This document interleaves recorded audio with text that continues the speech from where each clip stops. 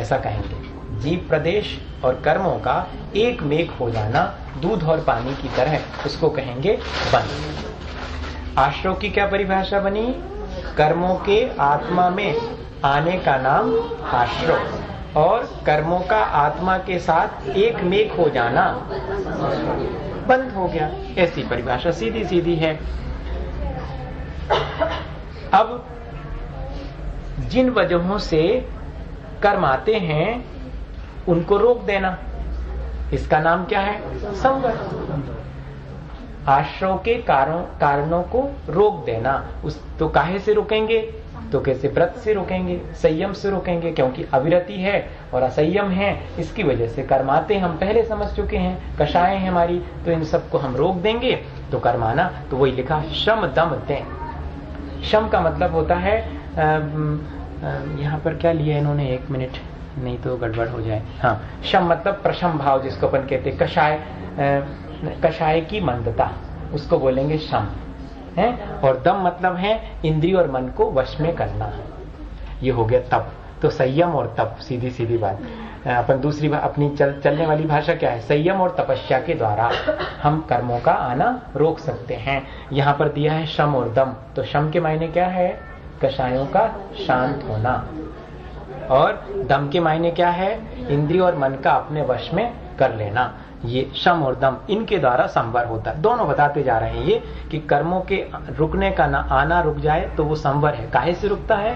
तो कहते संयम और तप के द्वारा रुकता है, या सम और दम के द्वारा रुकता है। अब फिर आना तो रुक गया, पर जो कर्म बंधे हुए थे उनका पार्शियल डिसइंटीग्रेशन, ग्रेजुअल डिसइंटीग्रेशन, अब उनको जो है ग्रेजुअली एक एक कर्म को अलग करना है, तो उसका नाम निर्जरा कहलाएगी। पार्शियल है, पार्शियल भी कह सकते हैं, ग्रेजुअल भी कह सकते हैं। ग्रेजुअल डिसइंटीग्रेशन, ग्रेजुअल डिके या पार्शियल डिके, वो कैसे होगा? तो कहते हैं तप बलते हैं। तप के माध्यम से, तप के माध्यम से संवर भी होता है, तप के माध्यम से निद्रा भी होती है, दोनों चीजें हैं। और तप के मायने क्या होता? इच्छा निरोधा तपा, सबसे सरल सरल परिभाषा है। अपनी इच्छाओं को जितना कमती कर लेंगे उतने ही हम तपस्वी माने जाएंगे। आप आज दिन भर में आप चाहें तो एक इच्छा कम कर दीजिए, आपकी तपस्या हो गई। तप का मतलब अपन को ऐसा लगता है कि वो वैसे बैठ बाट करके जो है और ध्यान व्यान करना बहुत तपस्वी हैं, ऐसा नहीं, वो नहीं है। हमने अपनी इच्छा को कम कर दिया, वही हमारा तप हो गया। उससे हमें जो कर्म आ रहे थे वो रुक जाएंगे और जो पुराने बंधे हैं वो निकल जाएंगे।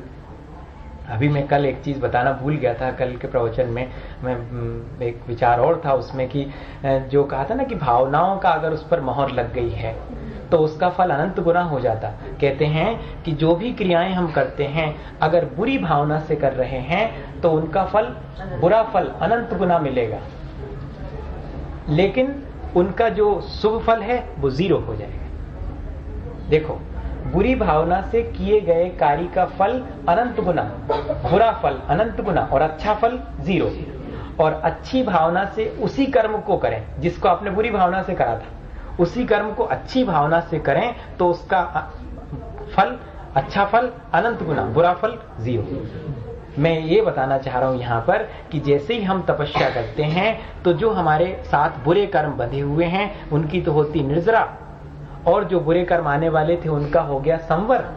दोनों काम, संवर भी हो गया, नए कर्म नहीं आए, और जो पुराने बुरे थे वो भी 0 होना शुरू हो गए, उनका भी डिसइंटीग्रेशन, डीके होना शुरू हो गया। तो दोनों चीजें, संवर भी होता और निर्जरा भी होती तप के द्वारा। ताही सदा आचर्य, उसी का आचरण हमेशा करना चाहिए, क्योंकि हम निर्जरा करना चाहते हैं। और मोक्ष क्या है? सकल कर्म ते रहत अवस्था सो शिव, फिर सुखकारी। कितने बढ़िया से विशेषण भी दे देते हैं, हमें उसका परिचय भी करवा देते हैं। दोनों चीजें हैं। सब कर्मों से जो रहत अवस्था है, मोक्ष नाम की कोई जगह नहीं है जहां हम पहुंच जाएंगे तो सब सुख मिल जाएगा, नहीं। मोक्ष का मतलब है समस्त कर्मों से रहित हमारी एक स्टेज है, वो जो हमारी वर्तमान की स्टेज है, ऐसे एक स्टेज है जिसमें हम कर्मों से रहित होते हैं, उसे हम मोक्ष कहते हैं। और शिव मतलब मोक्ष, शिव का मतलब समझना मोक्ष।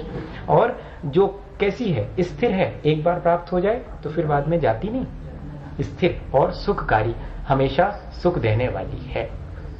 ई विधि सो सरधा तत्वन की सो समकित व्यवहारी। अगर हमने जो इन 7 तत्वों का स्वरूप पढ़ लिया है और हम ऐसा ही इनका स्वरूप पर विश्वास कर लेते हैं, इस पर हम श्रद्धा कर लेते हैं कि सही बात है, सच्ची बात तो यही है कि मेरा अपना स्वभाव जो है चेतना रूप है, और इससे विपरीत जो तत्व हैं वे सब अचेतन हैं। अचेतन भी 5 प्रकार के हैं, जिसमें पुद्गल, धर्म, अधर्म, आकाश और काल हैं। इनके अपने अपने स्वभाव हैं। यही तो कहा था कि पुद्गल, नवधर्म, अधर्म, काल, इनते न्यारी है जीव चाल। समझ में आ गया। वहां पर मैं गलती करता था, इन सबको एक में एक मान लेता था। अब समझ में आया कि मेरी चेतना स्वरूप अलग है और ये तो अचेतन है, और ये 5 भी अलग हैं, और मुझे इन अचेतन कर्मों के द्वारा ही बंधना पड़ता है। क्यों बंधना पड़ता है? क्योंकि मैं मन वचन काया की क्रिया करता हूँ, और साथ में मेरे कोई ना कोई कषाय होती है, मिथ्यात्व होता है, या मेरा प्रमाद होता, अविरति होती। इनकी वजह से मेरे निरंतर कर्मों का बंध होता रहता है। जब कर्मों का आश्रय होता रहता है, और जब ये आश्रय होता है तो जो कर्म आते हैं वे आकर के मेरी आत्मा के साथ हमेशा के लिए संबद्ध हो जाते हैं, ये एक निश्चित समय के लिए बंध जाते हैं। तो इसी का नाम तो बंध है। ये सहज सी प्रक्रिया, ये सहज सी प्रक्रिया है। और जब मैं अपने मन वचन काय को रोक लेता हूँ और क्या कहें उसको, अपनी कषायों को कम करता हूँ, तो मेरे कर्म आना कम हो जाते हैं, या कि बंद हो जाता। उसी का नाम तो संवर है। और जब मैं तपस्या करना, अपनी इच्छाओं को रोक लेता हूँ, तो तपस्या के द्वारा धीरे धीरे कर्म निकलना शुरू हो जाते हैं। एक स्थिति बनती जब सारे कर्म निकल जाएंगे, वही तो मेरी मोक्ष अवस्था है। बात समझ में आई? ऐसा अपने आप भीतर से फील होना चाहिए कि यही तो प्रोसीजर है, मैं यही तो कर रहा हूं, मैं खुद ही करता हूं और खुद ही उसका फल भोगता हूं। जब मैं ये करना छोड़ दूं तो सारा कुछ जो है शांत हो जाए और मुझे मोक्ष की प्राप्ति हो जाएगी। इसलिए जल्दी से विश्वास हो गया, प्रोसीजर पूरा यही है। तो कहते यही विधि सो श्रद्धा तत्वन की सो समकित व्यवहारी। इस प्रकार जो श्रद्धा कर लेता है, जिसको ये बात जचने लगती। एक चीज और आपसे कहूं, मान लो इनका स्वरूप भूल भी जाओ। मेरा इंटेंशन छेड़ाला को पढ़ाने का ऐसा नहीं है कि आपको रटंत विद्या के द्वारा आप मैं जो पूछूं और उसको फट से बता दें तो आपको मान लूंगा कि हाँ बहुत बढ़िया आपने सीख लिया। मुझे इससे कोई लेना देना नहीं, ये मान के चलिए। मेरा सिर्फ इंटेंशन ये है कि जब कभी आप बैठें खाली और आपको लगे कि हाँ ठीक तो है, मैं ही मन वचन काय की क्रिया करता हूँ, कषाय करता हूँ, ये सब अचेतन है, मैं तो चेतन हूँ, और मैं जब ऐसी क्रिया करता हूँ तो मेरे कर्म आते हैं, फिर मेरे से बनते चले जाते हैं। जब मैं ये क्रिया बंद कर दूंगा तो ये सब कर्म आना बंद हो जाएंगे और पुराने वाले कर्म खत्म हो जाएंगे, और एक स्थिति ऐसी आएगी कि सारे कर्म नष्ट हो जाएंगे। वही तो मेरी मोक्ष अवस्था है। अब समझ में आ गया? इतना इजी, ये भीतर में है। ये सब अपन ने आचरण में ला लिए। एक व्यक्ति का आपको उदाहरण बताऊं, अब ये मैंने बहुत प्रैक्टिकेबल कैसे हैं ये सारी चीजें, ये तो समझनी अपन ने और रट भी लेंगे। कई लोग जो है बिल्कुल ज्यों कहते हैं बता देंगे, अकेले ज्यों कहते हैं बताने का नाम पढ़ना नहीं है। उसको जीवन में एक व्यक्ति था साड़ूमल में, बिल्कुल फैक्ट है ये घटना। वो पंडित जी साहब सुनाते वहां के हीरालाल जी के महाराज, हमारे पास वो व्यक्ति कर्म सिद्धांत पढ़ता था कि कैसे कर्म आते हैं, कैसे बन जाते हैं, क्या स्थिति बनती, क्या उनका अनुभाग पड़ता है, कितने आते हैं, किस नेचर के होते हैं, सब क्वालिटी क्या है, क्वांटिटी क्या है, ड्यूरेशन क्या है, और उनकी पोटेंशियलिटी क्या है, सब खूब अच्छे से पढ़ता था। एक बार जो है वो पकड़ा गया चोरी में। हाँ, तो हमको विश्वास नहीं हुआ। हमने कहा भाई क्या चोरा? पंचायत बैठी, पहले ऐसा नहीं होता था, कोर्ट वोट, पंचायत बैठी कि भैया तुमने चुराया, क्या चुराया? तो लोगों ने कहा कि इनने भूसा का बोरा चुराया। देखो, भूसा उसका बोरा चुराया। वो पकड़े गए, पहली बार तो चुराया उसने। अब उसको ये समझ में नहीं आई कि भूसा का बोरा कंधे पे लेकर के जाएंगे दूसरे के घर से उठा के, तो वो की लाइन तो गिरत गई पूरी घर तक, तो वो गिरती गई लाइन भूसा की, तो पकड़ा गया। वो दूसरे दिन पकड़ा गया और टिको तो दूसरे ने जाके पूछी क्या भैया जो हमारा भूसा का बोरा, कहले हाउ, या भी झूठ भी नहीं बोल रहा हूँ, तुम ही दो आए। और पकड़े गया। अब जब पेशी हुई तो उससे कहा कि भैया और तो सब ठीक है, मालूम पड़ गया, तुमने स्वीकार भी कर लिया, लेकिन ये बताओ तुमने चुराया क्यों, और जी क्यों चुराया? सोने की सामग्री उतनी बाजू में रखी थी, ऐसे पैसा पड़े थे, रुपया पड़े थे, तुम इतना बड़ा भूसा का बोरा लेके गए। कहले मालिक भयाने को लड़का बच्चे के भोजन की व्यवस्था नहीं थी, 3.5 रुपया चाहने थे। अब वो उतने पैसों में से हम नहीं गिन के जानत के 3.5 के देख होते, हम जा जानत के 3.5 को बोरा बिके, तो हम उतने ही ले गए थे। पंडित जी से हमने पढ़ी है कि जैसे परिणाम करो वैसे ही कर्म बनता है, हमें ज्यादा बड़े कर्म नहीं बांधने। हमारी इतनी जरूरत थी तो हमने अब देखो आप, पंडित जी से पढ़ी थी कि ज्यादा करें, ज्यादा इंडल्जिंग होगी तो ज्यादा बनने की हमारी कोई ऐसी आशक्ति नहीं थी। 3.5 रुपये अचानक तो हमने कि अब जी पैसों में से ले जाए तो क्या पता ज्यादा कम कितने हो जाए, कितने को बिके। जो मालूम है कि 3.5 को बिके, जो 3.5 कम ले गए थे। अब प्रैक्टिकल देखिए उसका, वो कर्म बंध, आश्रय और बंध तत्व को जान करके जो आश्रय और बंध से विमुख होता है, सच्चा बढ़ने वाला तो वो है। और जो संवर और निर्जरा को जान करके निरंतर कहता है कि इसको कैसे कम कर लूं, अभी तो कोई जरूरत नहीं मन वचन काया की क्रिया करने की, तो शांत बैठो ना। जितना शांत बैठूंगा उतना ही संवर होगा, उतना ही निर्जरा होगी, बहुत अच्छा रहेगा। क्यों दूसरा खाली है तो अपन कई चीजें उपद्रव शुरू कर देते हैं, और दूसरे कि अब खाली है कुछ समझ में नहीं आ रहा क्या करें, तो यहाँ का वहां, वहां का वहां, कुछ का कुछ करना शुरू कर देंगे, एंगेज करना अपने आप को। लेकिन अपने आप को एंगेज करेंगे तो मन वचन काया की क्रिया तो होगी, शांत बैठे रहेंगे तो संवर और निर्जरा होने वाले। ये अगर हमें आ जाता है प्रैक्टिकल, तो सातों तत्वों का स्वरूप अगर नहीं भी आए तब भी हमारा काम हो जाए। और जो सब स्वरूप समझता है और आश्रयबंद करता रहता है, वो तो उसके लिए तो धर्म सिर्फ किताबी है।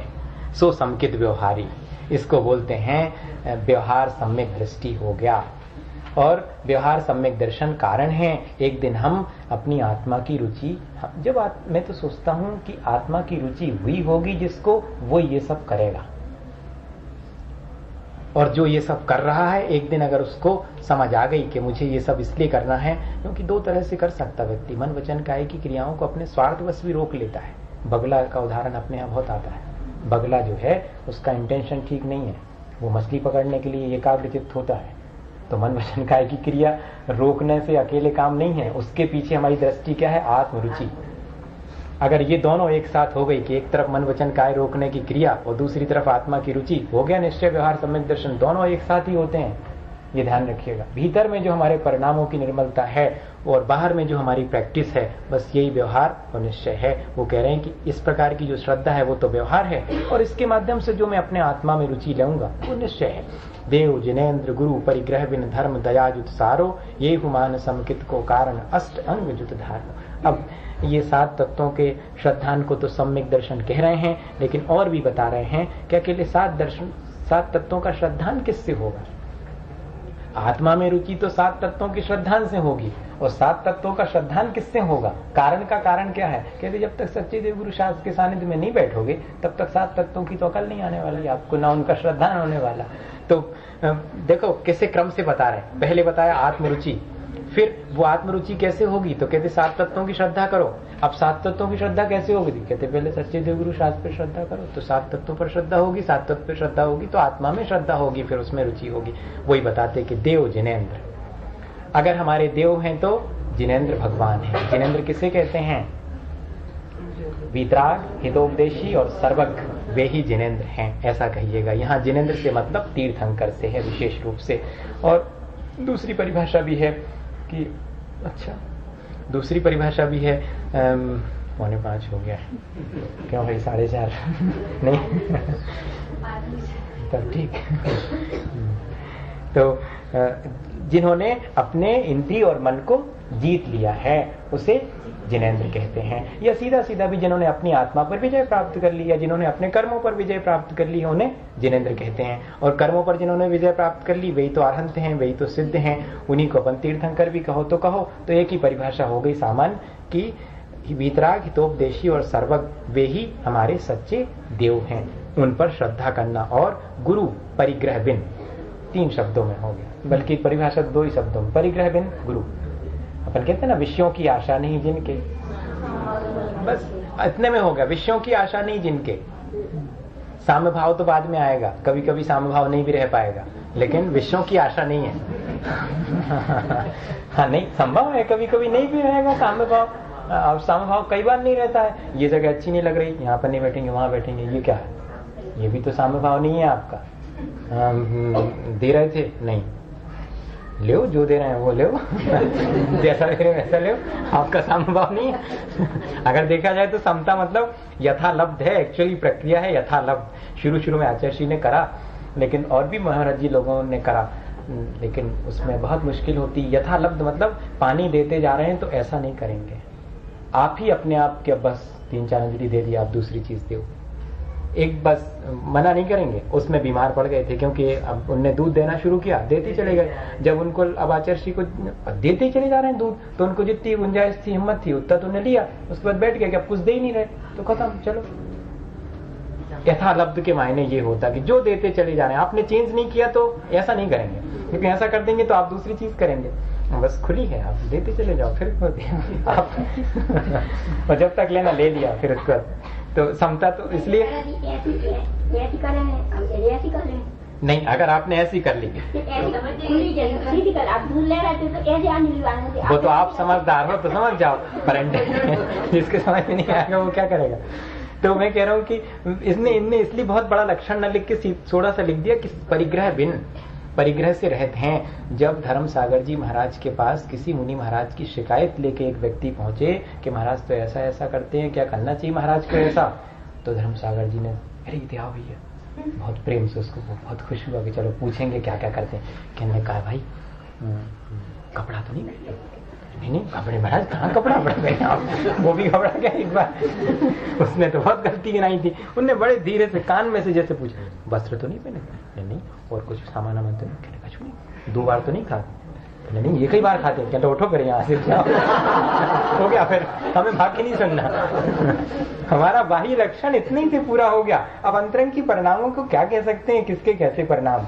तो परिग्रह से रहित हैं, इतना ही हमारा गुरु का लक्षण है, जो निष्परिग्रही है। देखो परिग्रह रख के भी कई लोग समता भाव रख सकते हैं, इसलिए समता भाव अकेला लक्षण नहीं, वो तो अंतरंग परिणाम है। वाही में परिग्रह से रहित होना चाहिए, और समस्त परिग्रह अंतरंग और बहिरंग सब परिग्रह से रहित। धर्म दयाजुत, कितने आसानी से परिभाषाएं बता दी। हमारे देव कौन, जिनेंद्र। हमारे गुरु कौन, परिग्रह रहित। हमारा धर्म कैसा, दया, दया से युक्त। हो गई हमारी परिभाषा। देव गुरु, सत्य देव गुरु शास्त्र की परिभाषा इससे आसान, एक लाइन में, ये भूलना नहीं चाहिए। हाँ, सच्चे देव कौन है, जो वितरागी हैं, तो उपदेशी है, वो जिनेंद्र हैं। और सच्चे गुरु कौन है, परिग्रह से रहित जो हैं। सच्चा धर्म कौन सा है, दया धर्म सच्चा धर्म। बस ये हुमान समकित, ये सब कारण है, ये सम्यक दर्शन में कारण बनेंगे। इनको मैंने सम्यक दर्शन मत मान लेना कि इतना हो गया तो सम्यक दर्शन, ये तो कारण है जिसकी वजह से हम सम्यक दर्शन को पाएंगे। और इतने ही नहीं, 8 अंगों से ये युक्त होना चाहिए, बस इतने ही रहने दें। वे 8 अंग कौन कौन से हैं, तो निशंकित, निकांक्षित, निर्विचिकित्सा, अमूढ़ दृष्टि, उपगूहन, स्थितिकरण, वात्सल्य और प्रभावना। पहले वात्सल्य फिर उसका, ये 8 अंग हैं। इनके अलग अलग स्वरूप अपन बाद में पढ़ेंगे। निशंकित मतलब शंका नहीं करना, निकांक्षित मतलब आकांक्षा नहीं करना, निर्विचिकित्सा मतलब घृणा नहीं करना, और अमूढ़ता सुपरस्टिशंस नहीं होना, अंधविश्वास में नहीं पड़ना, उपगूहन दूसरे के दोषों को ढकना, अपने दोषों को उघाड़ना, दूसरे के गुणों को उघाड़ना, अपने दोषों को ढकना, नहीं अपने गुणों को ढकना उल्टा हो गया। इस तरह उपगूहन, स्थितिकरण, कोई सम्यक दर्शन ज्ञान चारित्र से विचलित होता हो तो उसे पुनः स्थित कर देना, वात्सल्य, साधर्मी के साथ प्रेम भाव रखना, प्रभावना, जहां बैठो वहां अपने धर्म की बात करना। हो गया। शॉर्ट में तो जो है 8 बातें अपने आप आ जाएंगी। जिसकी दृष्टि निर्मल होगी ये 8 चीजें ऑटोमेटिकली उसके भीतर आ जाती हैं। इसलिए कह रहे हैं कि 8 अंगों से युक्त है। और अब आगे जो है इन्हीं 8 के लिए, हाँ, 4 लाइनों में ये पूरा बता देंगे बस। फिर 8 मत से रहित होता है, 6 अनायतन से रहित होता है। अच्छा, ये पूरा बताएंगे इसमें, चैप्टर पूरा आ गया। ठीक, पूरा चैप्टर आ गया। ये हो गया इतना, बस इतना ही रहने दें, है ना।